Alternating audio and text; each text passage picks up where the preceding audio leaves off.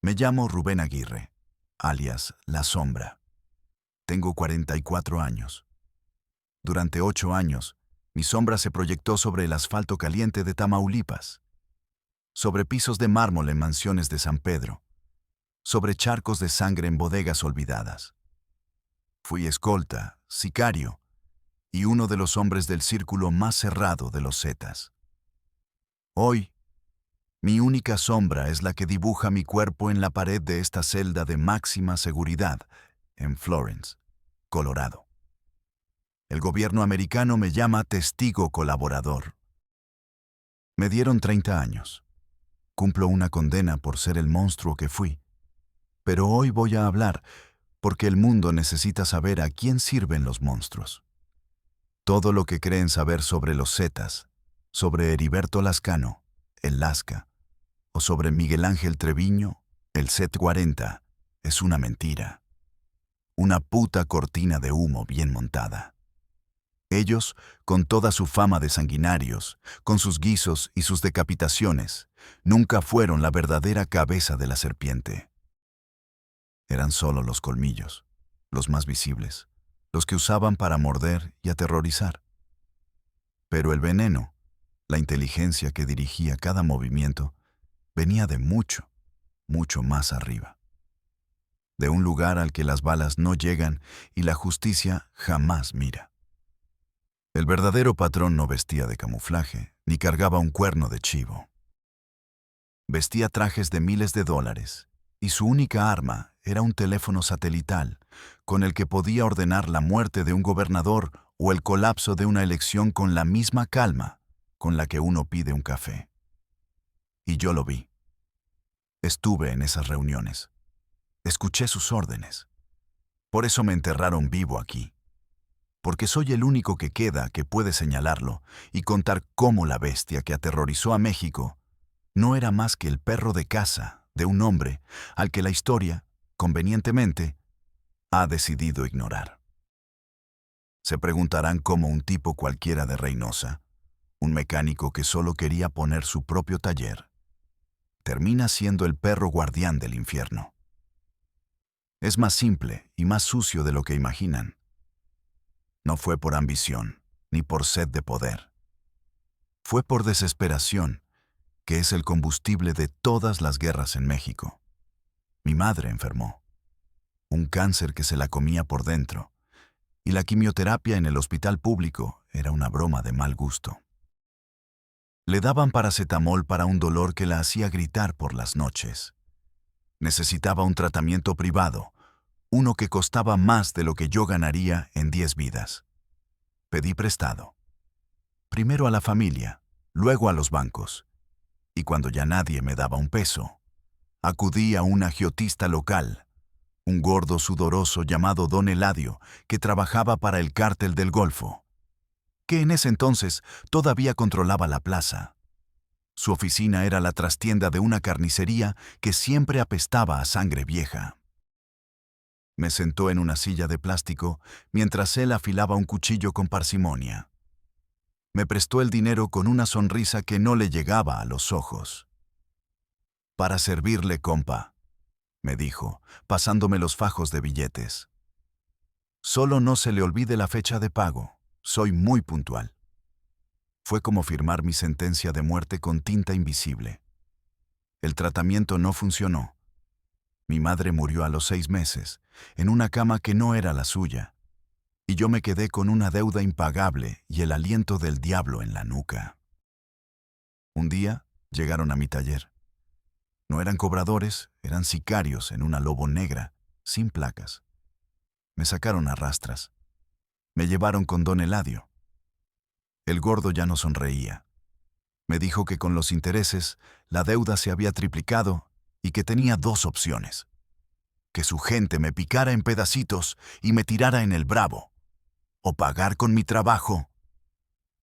Vieron que era bueno con los carros, que sabía de rutas, que no era un pendejo asustadizo. En ese momento, los Zetas, que eran el brazo armado del Golfo, estaban reclutando. Necesitaban gente con huevos y sin nada que perder. La letra estaba en plena expansión. Me ofrecieron saldar mi deuda y pagarme el triple de lo que ganaba si me unía a ellos, como chofer y mecánico para sus unidades de trabajo. No tuve opción, o más bien, la única opción era morir. Y en ese momento, con el dolor por mi madre y el odio por mi propia impotencia, elegí vivir. No sabía que estaba eligiendo una forma mucho más lenta y jodida de morir. Mi primer trabajo fue arreglar una camioneta Suburban blindada que había quedado hecha un colador después de un topón con los militares. Mientras cambiaba el cristal reventado y sacaba las balas incrustadas en la carrocería, vi las manchas de sangre seca en la tapicería de piel. El olor era dulzón, metálico. Nadie dijo nada. Nadie limpió. Era un recordatorio. Así fue mi bautizo. Estaba dentro. Ya no era Rubén Aguirre, el mecánico. Era una pieza más en la maquinaria de la muerte. Mi nombre se borró y solo quedó mi función. Mi primer jale de verdad. El que me puso en el mapa de la organización no fue arreglando un motor. Fue en una carretera solitaria cerca de San Fernando, en ese corredor de la muerte que conecta con la frontera. Íbamos en un convoy de 3 camionetas, una Cheyenne, una Tahoe y mi Ram. Movíamos un cargamento de fusiles Barrett y lanzagranadas que venía de Laredo. Equipo pesado. Yo solo iba de chofer, el último del convoy, el cierre. El comandante Halcón, un ex-gafe psicópata que disfrutaba rompiendo huesos, iba al frente. Nos tendieron una emboscada. Militares. Salieron de la nada, como fantasmas entre los matorrales. El infierno se desató en segundos. El tableteo de los R-15 y el estruendo profundo de las Barrett era ensordecedor, una sinfonía del diablo. El aire olía a pólvora y a llanta quemada. La Tahoe de Halcón quedó inutilizada al instante. El motor destrozado por una ráfaga. Vi cómo sus hombres, sus estacas, caían como moscas, tratando de responder al fuego. El pánico es contagioso. Te paraliza. Vi al chofer de la Cheyenne acelerar y tratar de pelarse, pero le volaron las llantas y se volcó en una zanja. Mi entrenamiento, si es que se le puede llamar así, era nulo. Pero la adrenalina es una droga cabrona. En lugar de pisar el acelerador y seguir al pendejo que se volcó, como hubiera hecho cualquier otro, hice lo contrario. Fue un instinto, una fracción de segundo de claridad en medio del caos. Metí reversa a toda velocidad, el motor rugiendo, y derrapé la camioneta para usarla como escudo entre Halcón y los soldados. Empecé a disparar con una Glock que llevaba bajo el asiento. No sé a qué le di. Creo que solo al aire, pero el ruido y la confusión nos dieron unos segundos vitales. Grité por la radio, usando claves que apenas recordaba. «Aguanten, águila herida, aguántenme, voy por ustedes». Le ordené al único estaca que quedaba vivo en la Tahoe que nos cubriera. Salí agachado, con las balas silbando a mi alrededor. Sentía el calor de los proyectiles pasando cerca. Halcón estaba en el suelo, herido en una pierna, gritando maldiciones y tratando de hacerse un torniquete con su cinturón. Lo arrastré como un saco de papas. Su sangre dejaba un rastro en la tierra seca. Lo metí en la parte de atrás de mi Ram y salimos de ahí quemando llanta, con las balas rebotando en el blindaje como granizo furioso. Sobrevivimos. De los 12 que íbamos, solo quedamos 5. Al día siguiente, en la casa de seguridad, Halcón me mandó a llamar. Pensé que me iba a matar por alguna pendejada que hice. Cojeaba, pero su mirada era más afilada que nunca. En cambio, me puso una mano en el hombro. Su mano era pesada, callosa. «Tienes huevos, pinche mecánico», me dijo. «No te arrugaste. A partir de hoy, Dejas los fierros de los carros. Te vienes conmigo. Serás mi sombra. Así nació mi apodo. Y así fue como pasé de ser un chofer desechable a la escolta personal de un comandante Z. Creí que había subido de nivel. Pobre iluso. Solo me había acercado más al centro del laberinto, donde el verdadero Minotauro esperaba, paciente y hambriento. Mi ascenso fue rápido porque aprendí la regla de oro. Obedece, calla y sé eficiente. Y yo era muy eficiente. Mi trabajo era ser la sombra de Halcón, y luego de otros comandantes de más alto rango, lo que significaba asegurar perímetros, revisar los coches, probar la comida y a veces limpiar los problemas. Un levantón a un soplón de la DEA. Una visita a un periodista que preguntaba demasiado. Ejecutar a un traidor. Recuerdo una noche en Veracruz. Habíamos atrapado a un contador que le estaba pasando información a los del Golfo. Lo llevaron a una bodega que apestaba a pescado podrido, humedad y miedo. El Z-40, Treviño, estaba allí en persona. Era un tipo que disfrutaba el dolor ajeno. Mientras lo torturaban, él comía unos tacos de barbacoa de un puesto que mandó traer, como si estuviera viendo una película. No parpadeaba. Su crueldad no era impulsiva, era metódica, fría. Le sacaron la información que querían y luego Treviño me miró. «Sombra», dijo, con la boca llena. «¿Traes hambre?» Negué con la cabeza. «Bueno, pues deshazte de la basura». Ese era el lenguaje. La gente no era gente, era basura, paquetes, mercancía. Lo llevé a un descampado. El tipo lloraba, me ofrecía dinero, me juraba que tenía familia. Yo no sentía nada, o me obligaba a no sentir nada. Era un mecanismo de supervivencia. Si sentías, te quebrabas, y si te quebrabas, eras el siguiente en la lista. Le di un tiro en la nuca, lo rocié con gasolina y le prendí fuego. Volví a la casa de seguridad, me lavé las manos y la cara para quitarme el olor y me fui a dormir. Así era la vida. Un ciclo de violencia sin sentido que se repetía día tras día. Me hice bueno en ello, demasiado bueno. Mi reputación creció. La sombra no falla, decían. No deja cabos sueltos. Y esa reputación me llevó a las puertas del verdadero poder. Una tarde, me asignaron una nueva tarea. Ya no sería escolta de un comandante operativo. Me mandaron a la Ciudad de México. Mi nuevo jefe era supuestamente Heriberto Lascano, el Lasca, el jefe máximo. Pero cuando llegué a la lujosa residencia en Las Lomas, un búnker disfrazado de mansión con muros altos y cámaras por todos lados, me di cuenta de que algo no cuadraba. Lascano estaba ahí, sí, pero no actuaba como el jefe. Estaba inquieto, caminaba de un lado a otro, mirando su reloj. Esperaba a alguien, y fue entonces cuando lo vi por primera vez. Llegó en un Mercedes-Benz blindado, sin escoltas visibles, como si la ciudad entera le perteneciera. Un hombre de unos 50 años, cabello canoso perfectamente peinado, vestido con un traje Brioni que costaba más que mi casa. No llevaba armas. No le hacían falta. Sus hombres, que sí iban armados, se quedaron afuera. Lo llamaban el licenciado. Cuando entró en la habitación, Lascano, el hombre que hacía temblar a medio México, el famoso verdugo, se puso de pie, casi en posición de firmes. «Licenciado, buenas tardes», dijo.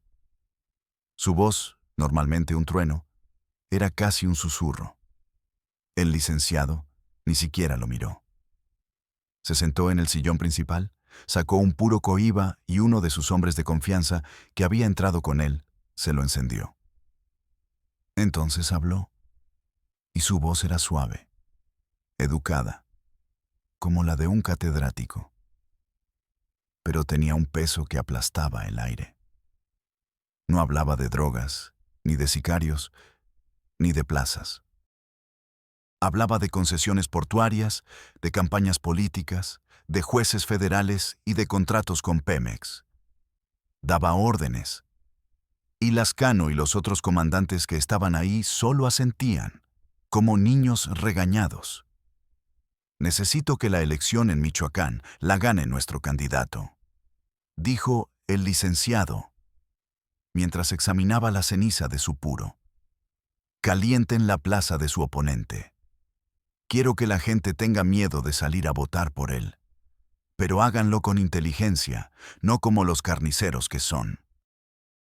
Quiero percepción de inseguridad, no una masacre que atraiga a los federales.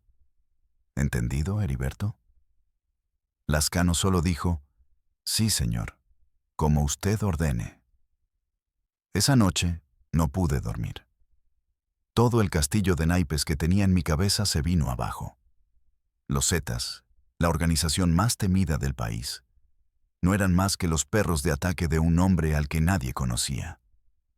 Un político, un empresario, o las dos cosas.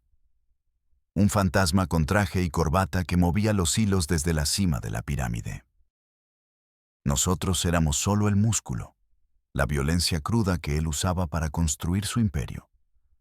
Un imperio que no se basaba en cocaína, sino en el poder mismo. El narcotráfico era solo una de sus muchas divisiones. Era la más ruidosa, la que atraía toda la atención de la prensa y del gobierno. Una distracción perfecta mientras él, en silencio, se apoderaba del país. Licitación por licitación, elección por elección. El momento que lo cambió todo, la culminación de mi descenso, llegó unos meses después. Estábamos en una hacienda en Coahuila, un rancho enorme con su propio zoológico privado con tigres y panteras. Una reunión de altísimo nivel. Estaban Lascano, el Z-40 y varios comandantes regionales. Y por supuesto, el licenciado.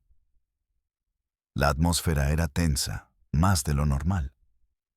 El aire se podía cortar con un cuchillo. Habían descubierto a un traidor en el círculo más íntimo.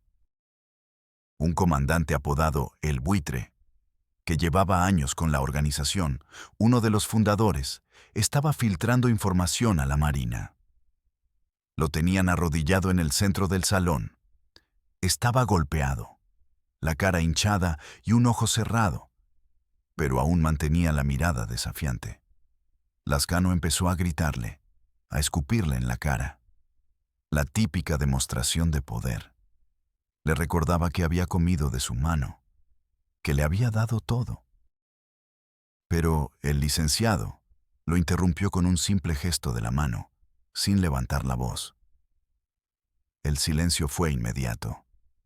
Se levantó de su sillón de piel, se acercó a El Buitre y se agachó para mirarlo a los ojos.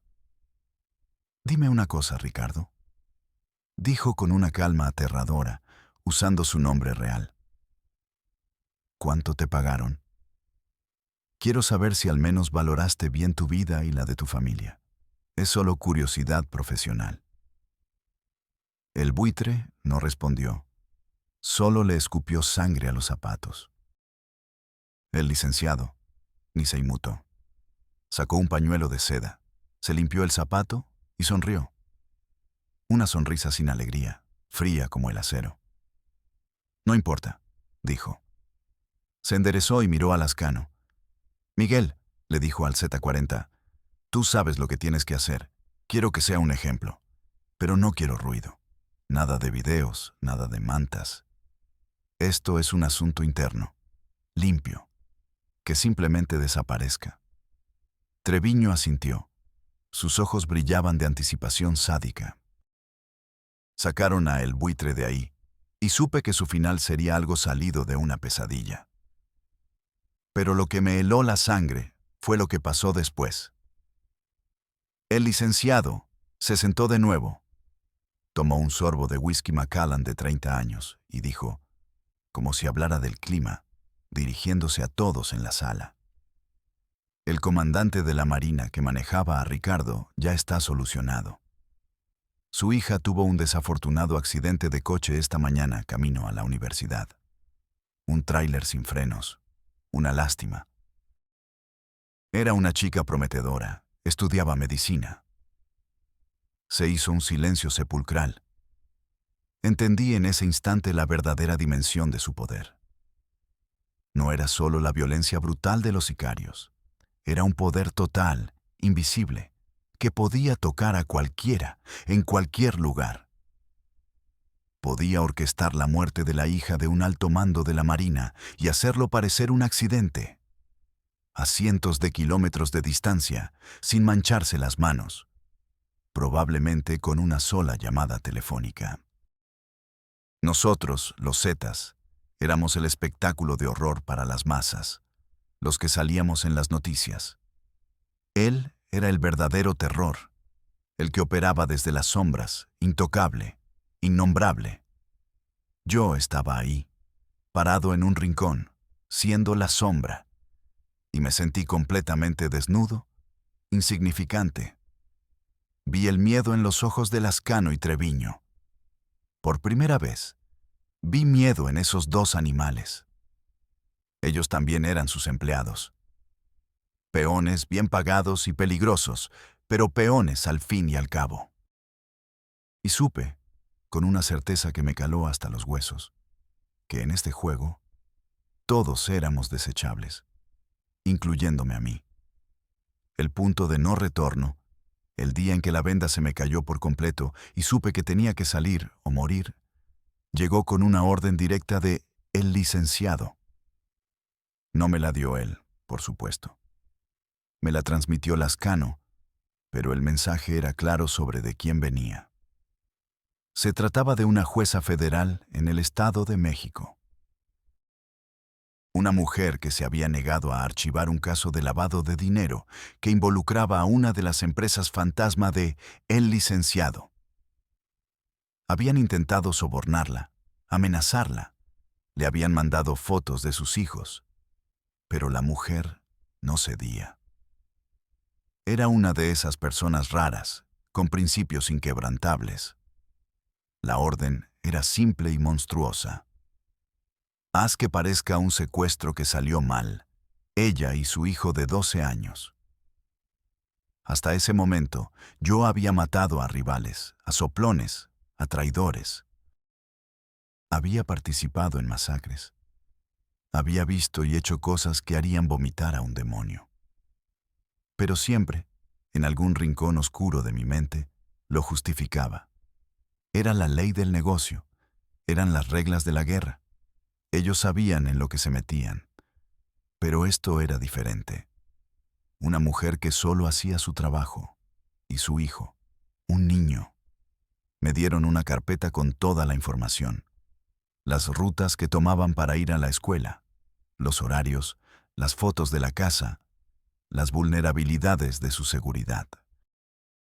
Me la entregó Lascano en persona. Quiero que lo hagas tú, Sombra, me dijo. Este es un encargo personal del Señor. No puede haber errores. Era una prueba de lealtad. Una forma de atarme a ellos para siempre con un lazo de sangre inocente. Durante 3 días, vigilé la casa desde una camioneta con vidrios polarizados.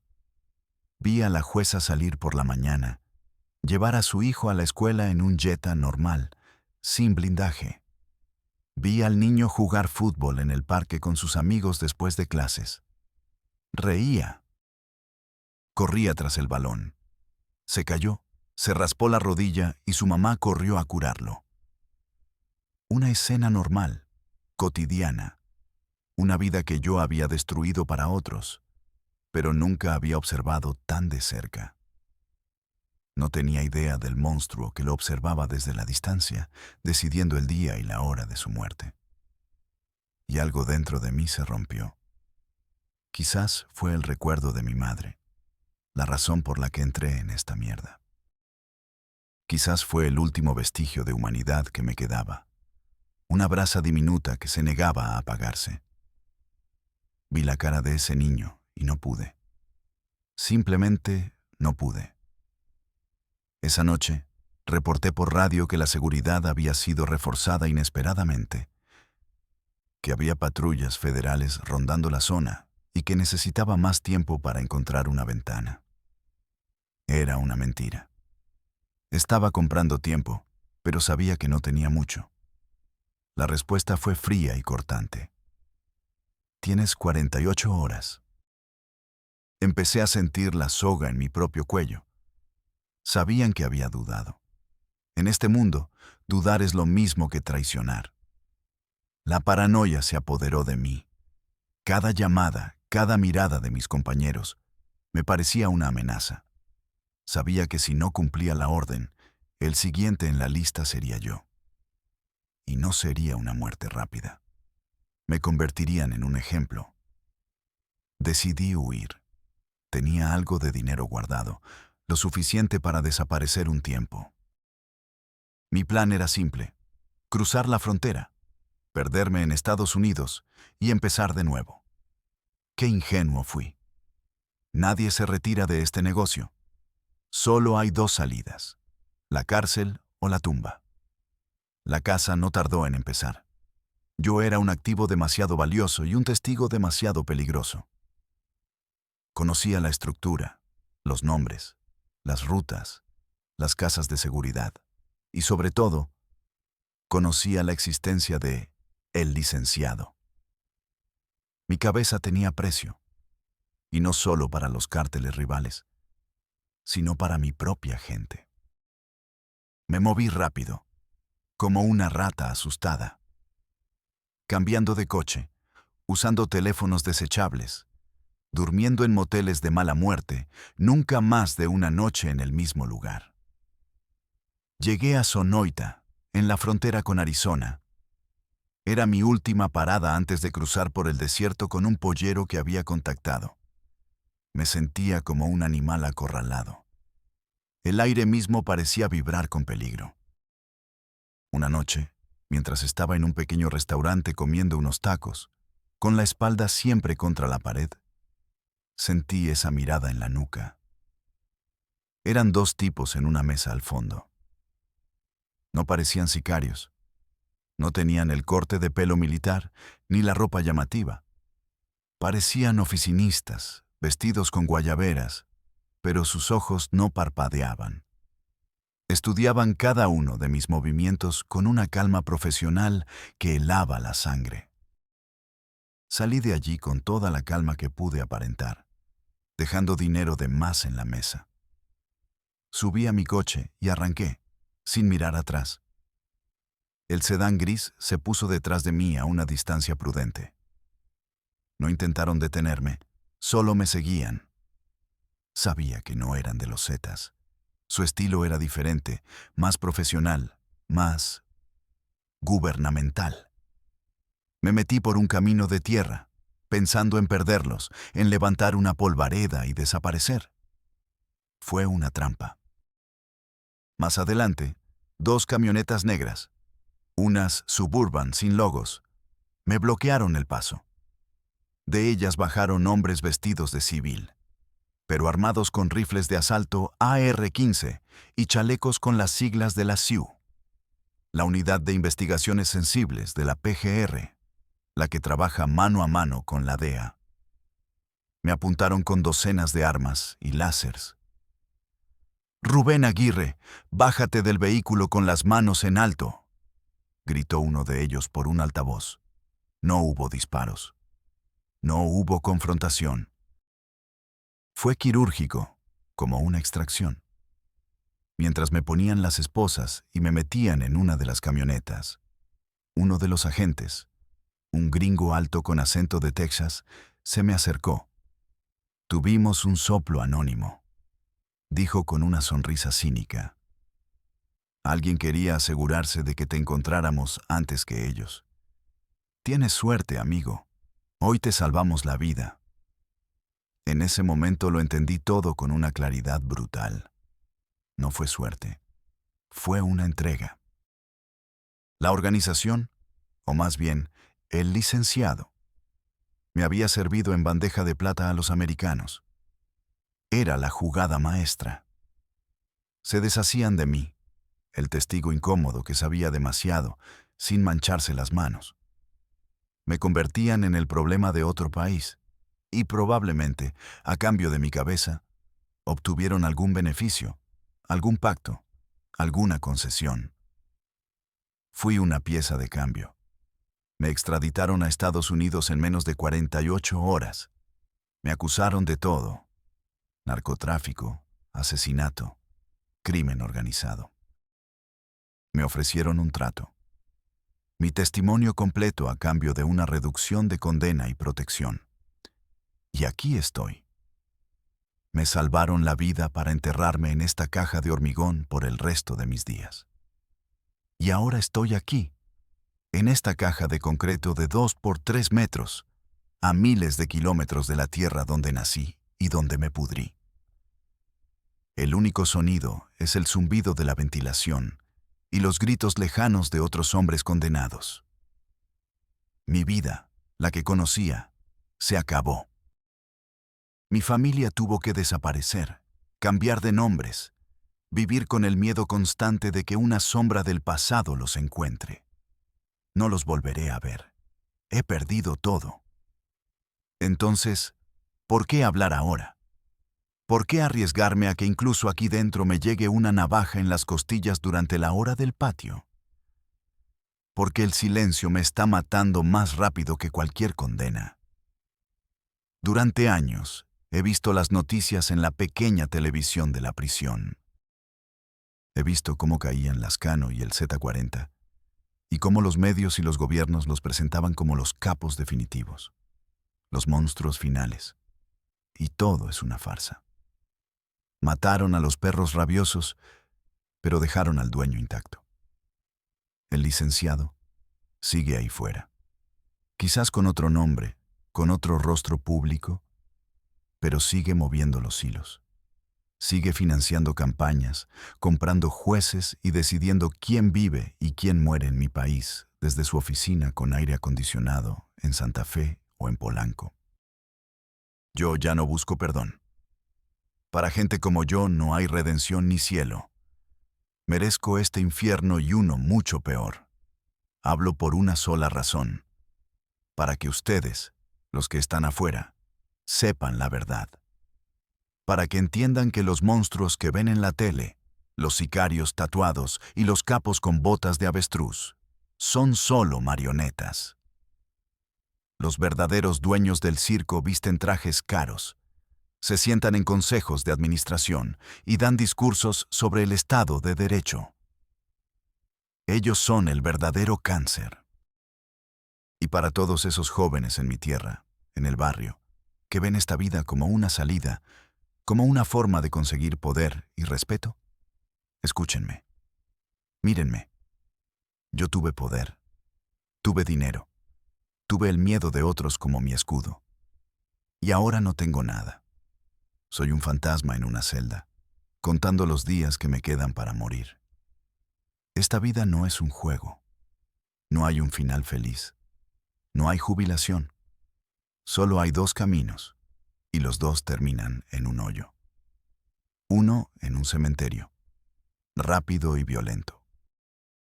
El otro, como este, en una cárcel de máxima seguridad, lento y lleno de arrepentimiento. Y créanme, desde aquí dentro, la única diferencia es que todavía respiras para recordar cada error, cada vida que tomaste, cada alma que destruiste. De esta vida, de esta maña, no hay salida.